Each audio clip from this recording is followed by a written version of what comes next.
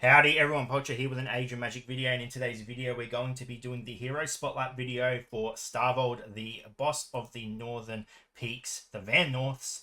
He is the latest Legend of a Rat hero in the game, and he will be available in a few days for you to collect. We're going to cover his absolute max stats on this screen, but in battle, everything I'm about to show you is him at gear level 13, because for a long time that's what he's going to be at for the majority of players.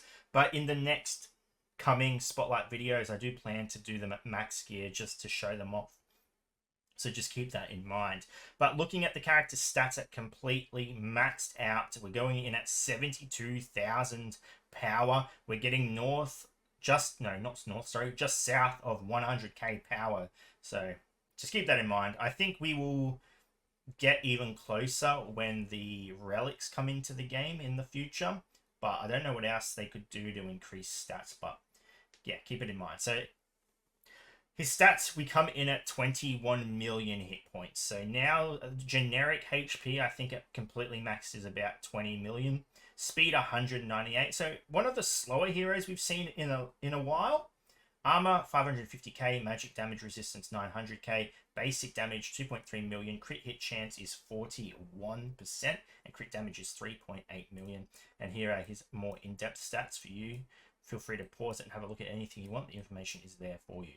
So we'll jump into the arena. We'll look at his abilities. We'll test his abilities, and we'll look at the animations as well. Just talk about the faction as a whole, because we have a bit of information on nearly the whole faction now and how they're going to be used in the game. So we'll jump over into the arena and sort him out.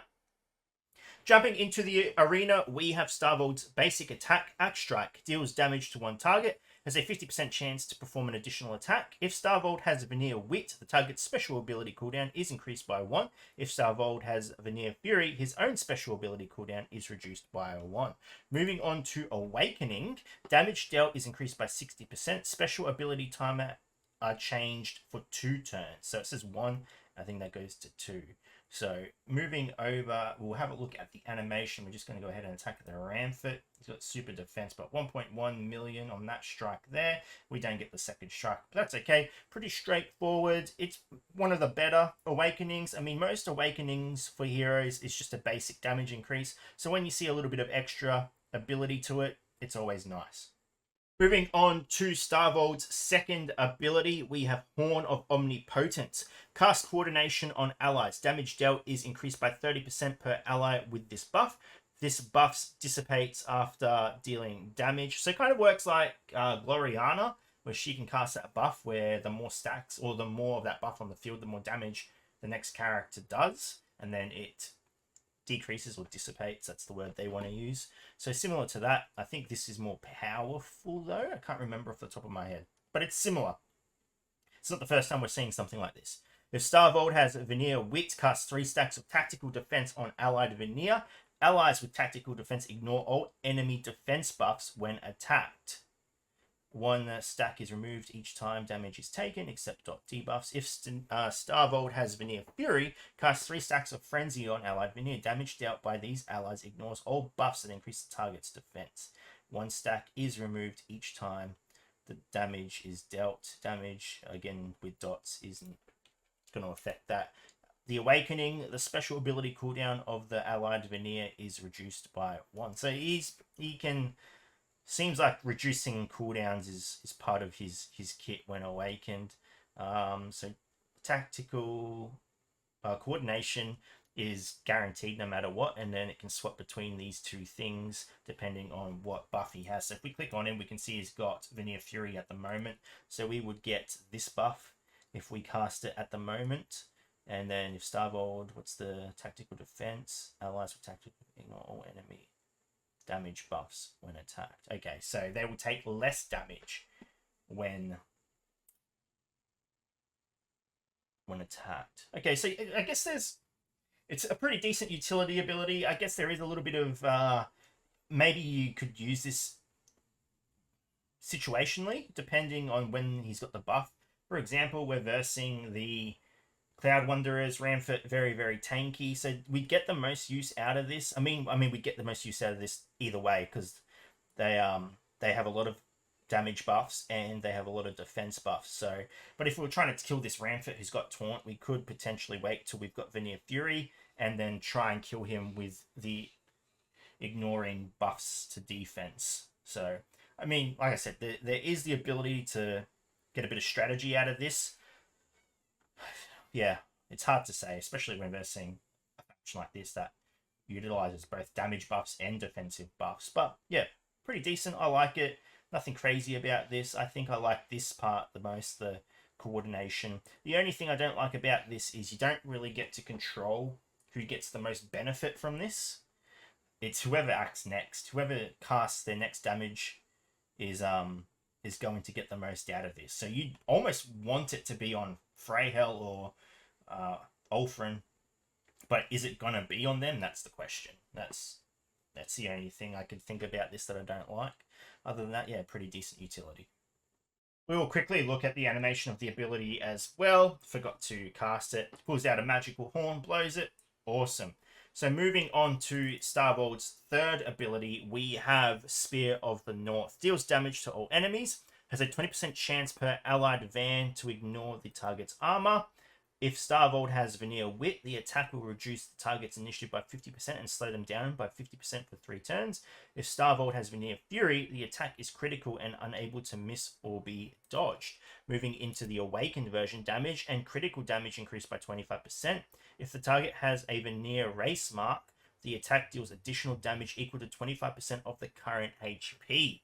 So not max HP, current HP. Remember that, that's important, because if you're thinking max HP and, you know, they have like 10% HP left and you're assuming it's going to kill them, it's not. It's 25% of 10%. So, you know, if they had 1000 HP, you would do 250 damage. So on top of the original damage. So just keep that in mind. It's a big difference between current and max.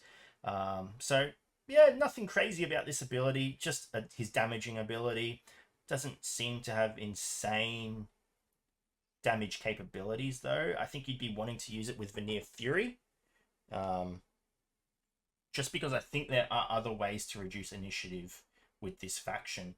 Freyhel has ability to reduce initiative. But we'll go ahead, we'll look at the animation of the ability.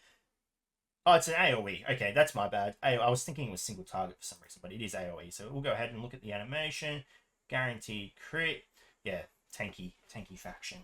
But there you go. That is the ability. And yeah, I guess, like I said, it seems you're not going to be using these abilities in any specific order. I think you're going to wait for the right buff before using them and trying to utilize it that way. But again, I feel like Starvold is more built for utility than he is the primary damage. I think you're going to be using him as that function, and the damage is going to come from your Ulfrin and Freyhel, and then you have your other support characters, which we'll cover shortly. But that is the Spear of the North ability. So we'll move on to his passive and leadership ability now. Moving on to Starvold's passive, we have Duality. At the start of combat, Starvold receives Veneer Wit, which is replaced by Veneer Fury in 2 turns. These two buffs replace each other every 2 turns. They cannot be dispelled or blocked. So they are constantly on the field, they are constantly changing, and they offer different things depending on the buff that is active. So Veneer Wit, target cannot receive debuffs, damage received is reduced by 25%, and damage dealt is reduced by 25%. So a bit of a buff and debuff at the same time. When it swaps to Veneer Fury, target's initiative cannot be lowered, damage received is increased by 25%, and damage dealt is increased by 25%. So there is a bit of flow to this. I'll explain it in a second. Magic absorption. Each time an enemy tries to cast a buff or debuff with an ability, there is a 5% chance of failing. When an allied van absorbs at least one enemy effect, Starvold casts Aegis of North on a random ally. This ally's armor and magic resists are increased by 20% per every ally with Aegis of the North. The buff wears off when damage is received. So moving on to the Awakened, percent increase of armor and magic resistance from Aegis of the North is increased, so we go to 25%. Wit, less damage received and more damage dealt. So the damage received is 20 and 30, and the same up here. Damage reduction is 30 and damage dealt is reduced by 20. So yeah, that's decent. I like that. So it says that he starts the battle in Vanir's Wit, which is the less damage taken, less damage dealt. So when we go to a character like Ulfrin, for example, when we've got 2 turns of abilities that don't actually deal damage, they're utility and support for his actual damage, it makes sense. He takes less damage while he's casting this, he takes less damage while he's casting this, and then he deals more damage when he's casting this. I believe that's what the expected flow is meant to be. That's how it's meant to work. So yeah, he's going to have a bit more survivability until it's time for him to dish out a bit of damage. But again, there's so many things to take into consideration. Speed of the heroes themselves, initiative reduction, increase, prevention of increase in initiative and reduction. Plenty of things. Speed decrease. There's a lot. There's a lot. But that is how it should flow. So we'll jump into his leadership ability now and see what he offers through that. Moving on to Starvold's leadership ability, we have Wellspring Master. Reduces critical damage to allied Vanir by 20%. All allied Vanir also receive and lose Vanir Wit and Vanir Fury by the same rules as Starvold does. At the start of every round in Cradle of Chaos, Starvold casts Coordination on all allies. So they're going to perform a little bit better in Cradle of Chaos. Moving on to the Awakening, critical damage received by Vanir is reduced, so it's down to 30% now. Coordination can also be cast in raids. So when I see stuff like this raid specifically, I'm hoping that there are event raids in the future that require these factions and that, you know, it requires them to be awakened to be successful. I don't want it to just be bashing your head against it until you win. I hope that it really comes down to, you know, having the right skills to progress the best you can. But yeah, it's good that they have a bit of extra oomph in Cradle of Chaos and raids. Cradle of Chaos should be interesting. Especially if you're not going for max points. It's good to just have teams, factions that you can just chuck in and press auto and hope for the best. Maybe a little bit of manual play, but overall, yeah. So, yeah, very interesting character. I think he's mainly a utility character. He's there to support the team. The Vanir and Vanir Wit buff he provides, I think, is going to help the faction a lot, depending on what he's giving at the time. Plus, you know, he gives a lot of damage reduction as well. Crit damage is reduced when the right mark is up. There's damage reduction as well. So yeah, I don't expect too much out of him damage-wise. I think pure utility. And I mean, he has the ability to do damage. It's just he offers way more as a support than anything else. But there you go. There is Starvold. So we'll jump into a quick battle. We'll just run through it. I've already done the battle once, but we'll do it again. Maybe you notice something that you didn't the first time. I'm not really going to explain much in the fight. We're just going to play the battle out and see what the outcome is. It's going to be fully awakened Van Norths versus fully awakened Cloud Wanderers. Okay, so jumping into battle, we're going to take this up to a 4x speed. We're not after anything fancy here. We're going to go ahead and use our AoE, get rid of some of that shield. We're going to start setting up Ulfrin. And we're going to... Oh, might have accidentally showed a little bit of an ability there. That's fine. If you get quick enough to pause that, then whatever, it's one ability. Let's keep going. Let's keep going. And let's go ahead and... We're getting some magic absorption going. Very, very well done. Get some more abilities out there. Okay, we're going to go ahead and hopefully get some AoE out in a second. Take out 2 of the characters from the Cloud Wanderers. We cast Coordination with our Starvold, and it's there's not much they can do from this point. So all is well, all is well, all is well. I actually haven't looked into this tank.